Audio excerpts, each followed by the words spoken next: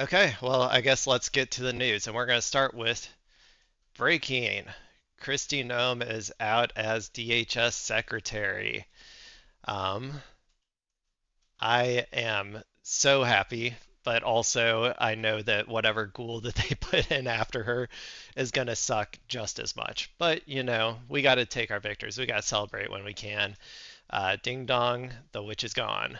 Let's see what NBC New York has to say. Kristi Noem out as DHS Secretary, Senator Markwayne Mullin to replace her. That name sounds familiar, but I can't remember who that is. Markwayne Mullin. Okay, let's go. This is an NBC News special report. Here's Tom Llamas. And good day. We are coming on the air with more breaking news. President Trump posting on his Truth Social platform that he has fired Homeland Security Secretary Kristi Noem and that he will nominate Oklahoma Senator Markwayne Mullin to become the next DHS Secretary.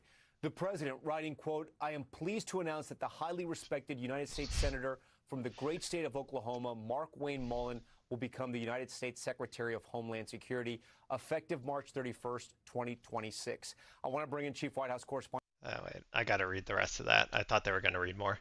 The current Secretary, Kristi Noem, who has served as well, or sorry, the current Secretary, Kristi Noem, who has served as well and has had numerous and spectacular results, especially on the border, will be moving to be Special Envoy for the Shield of the Americas, our new our new security initiative in the Western Hemisphere we are announcing on Saturday in Doral, Florida. I thank Kristi for her service at Homeland. Okay. Kristi Noem, we all know who she is. She's the one who is like, force blasted into our brains at the airports whenever we have to go through customs or whatever. And she was one of the least talented out of all of the Trump ghouls. She definitely like really, really screwed herself, I think, with her testimonies in Congress, especially like I don't know, she's just not able to keep her to project herself well, especially on TV, and I think that really impacts Trump's view of her. Um, Now, becoming the special envoy for the Shield, okay, like these movie ass titles for all of these agencies or whatever, but for the Shield of the Americas, that sounds like some. That sounds like we're gearing up for something big over here in the Western Hemisphere. I don't know what it's gonna be. I have some thoughts. I'm not shy about calling Trump a fascist, so I think we might be gearing up for some more stuff in the Western Hemisphere, but that assumes that we can extricate ourselves at some point from Iran, which I really don't have any faith that they will be able to do. That's probably going to be forever war. So let's keep seeing what they got to say. Effective March 31st, 2026. I want to bring in Chief White House correspondent Peter Alexander. Peter, when I spoke with the president just a few weeks ago, he still had a lot of confidence in Homeland Security Secretary Kristi Noem, pointing to the border, but something has changed over the last few weeks, and what was it? Well, it's interesting, Tom, you make that point. So this news, I think you can say, is stunning, but it's not surprising. We know the president has grown increasingly frustrated by Kristi Noem's performance as the Department of Homeland Security Secretary, most notably after a series of events that took place over the course of the last several days. MAGA-faced, dude. She was testifying before. It comes for them all. I don't know. Something in the water over there. Before Congress, she had been asked a series of questions specifically about the role she played in approving contracts, and notably one, a $220 million ad campaign. Oh, yeah, that was. To encourage immigrants to this country to self-deport. The senator from Louisiana. Okay, yeah, this is, I guess, I mean, that's their stated reasoning. I don't know for sure if that's the case. Like I said, I think Trump just doesn't like her because she doesn't do well on TV. I mean, and I guess maybe the bad press played a little bit into it. But yeah, she basically just stole $220 million of taxpayer money so that she could put this big, beautiful face that she has on TV, blast it out to everywhere you can possibly see. So, yeah, I guess that would probably make me mad too if I was Trump, if I was president.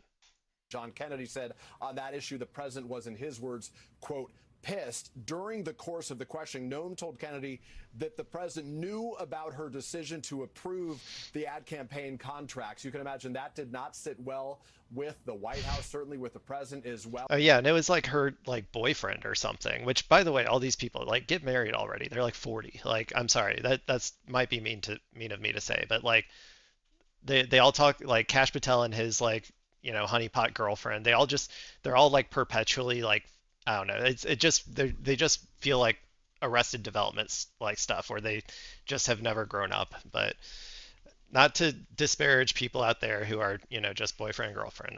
It's fine. It's fine with me. Just don't become Homeland Security and start rounding up a bunch of migrants and throwing them in concentration camps, and I won't come for you. Okay.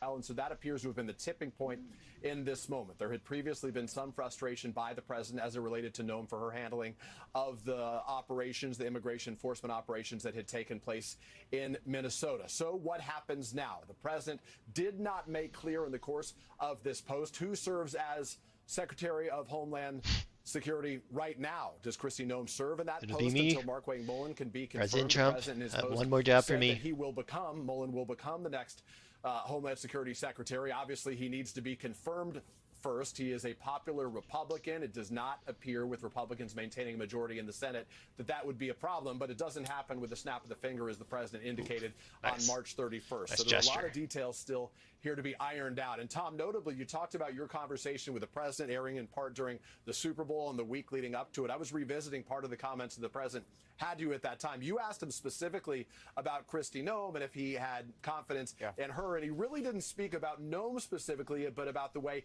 he and his administration has handled the border. Your interview may have given us the first sort of sense of some of the frustrations that were beginning to build. Peter, stand by for us. I want to bring in our senior Homeland Security correspondent, Julia Ainsley. Julia, it was just not the ad campaign that senators and congressional leaders were asking about. It was also about a plane, a private jet that you broke some news on. Get our viewers up to speed on that. Yeah, that's right, Tom. It was just about 2 weeks ago. You and I were talking about these exclusive pictures that we obtained from an airplane that the Department of Homeland Security wanted to buy for $70 million. Those same pictures came back up at both the House and the Senate hearings this week, where Secretary Noem was pressured about why she wanted to buy this airplane and why it was supposed to be another private designated jet for deportees. She said that they would retrofit the plane, pull out the bed. This, of course, came with a bedroom, a bar, a kitchen, large lounge, so, dude, those deportees, man, I would if I was getting deported, I would want to be on that jet, man. You get a private, you get a bed and a private bar, like that would be the most luxurious deportation that ever happened. This was the kind of luxury the senators were really pressing her about when it came to the spending decisions at DHS. She said that it could be retrofitted, but of course it begged the question, why would they not buy a regular plane for deportations in the first place? So there were a lot of questions that Noem at times struggled to answer, and there was a particular back and forth she had that really, we understand, rankled the president and bothered the White House when she was asked about that ad campaign, and she said the president knew that she was going to spend $220 million on an ad campaign that was supposed to encourage immigrants to self-deport. They said it ended up saving taxpayers money because those people were no longer in the country and deported on their own. Yeah, okay. Well, that's all bullshit. Like, like immigrants contribute more, I think, like because they, in terms of like productivity and like they pay, like a lot of them pay taxes or whatever and don't get any services, so they don't really take up as much resources as just like an average American. But but regardless, like $220 million, like that's an insane amount. But it prominently featured her, and of course it really came as part of an image that some Republicans and certainly Democrats portrayed through those hearings, that Noem had been given a very wide berth when it came to approving contracts with her and her senior advisor, Corey Lewandowski, and that this was somehow a vanity project, that ad campaign really was to glorify her more than it was to do anything when it came 100%. To immigration. We should point out, though, Tom, that under her tenure, there was a record low number of border crossings at the southern border. Good for her. Of course, that's to do with this administration. They did it. They solved it. The Biden border crisis, it is all over. Turns out all you have to do is throw them all in concentration camps. Who would have thought? Who would have thought it would be that easy? policy basically banning asylum for anyone crossing the border, but she has had some successes. And we know, of course, that her power in this administration. I also don't know, honestly, if I trust them that much in terms of the numbers that they're presenting us with. Maybe they're accurate, but I maybe they are. I don't know. I really take all that with a grain of salt. Like they want to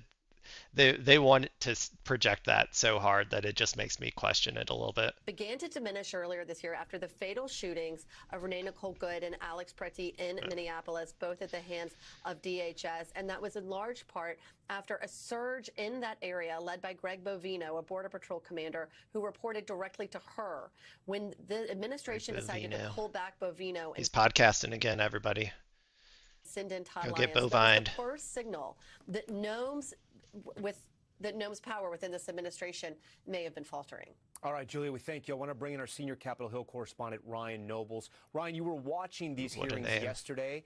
Tell us a little bit about those hearings. He looks like that name too, Ryan Nobles. Can't you just see this guy like back in the day with like a fancy top hat and like a monocle or something? I don't know, that's nobility right there. If we ever go back to a monarchy, I would put him as like a lord of one of our fiefdoms. Administration started out with that Doge campaign to really take money out of the government to stop wasteful spending, and then you had these hearings which were all about the ad campaigns and about these Doge. Wait, sorry, were they talking about Doge? I got too distracted by this noble person. Administration started out with that Doge campaign to really Doge take campaign. money out of the government to stop wasteful spending, and then you had these hearings which were all about the ad campaigns and about these private jets. Doge, man, Doge. I'm pretty sure the Doge ended up costing the American taxpayer more money than they saved. Like they literally like got rid of all of the people who do the work, like for these various agencies like Social Security and stuff, and like I don't know, the IRS, and so it's like now they're getting like less tax revenue, and like I don't this. They did the exact opposite of what they were there for. I don't know. It's obviously they weren't there to actually like reduce improve government efficiency or whatever. They were there to destroy the welfare state primarily, so that like they could make the country worse basically and make people feel like government sucks even more, which I think they probably succeeded in that regard. Oftentimes, Tom, these very public hearings that are televised broadly is something that the president is very specifically keened in on. And when his administration officials do well in those hearings, it usually raises their profile within the administration. And Noem took a brutal beating over the past couple of days, and not just from Democrats, but Republicans as well. Poor girl. This morning, I talked to Senator John Kennedy, who was among the Republicans that really asked some tough questions of Noem, specifically about that ad campaign that Julia was talking about. And Senator Kennedy, I should say, told me that the president called him after seeing that back and forth between Noem and the senator, and specifically said that his recollection, meaning Trump's recollection of who authorized that ad campaign, was different from the testimony that Noem provided in the hearing. That the president so he saw her on TV. He saw her on TV, and he said, "This lady sucks. Like I don't like her. I don't want to watch her. She doesn't deserve. She shouldn't be on my TV. So therefore, she shouldn't be in my administration." That's what he said. That's how our big, beautiful president thinks. What can you do? If you want to be in this administration, you gotta do good on TV, and she failed at that. So she's gone. Bye bye, Kristi. Good luck at whatever podcast / fund you find yourself involved in after this. Or I guess, the Shield department, the Shield of America or whatever she's gonna be in, I guess.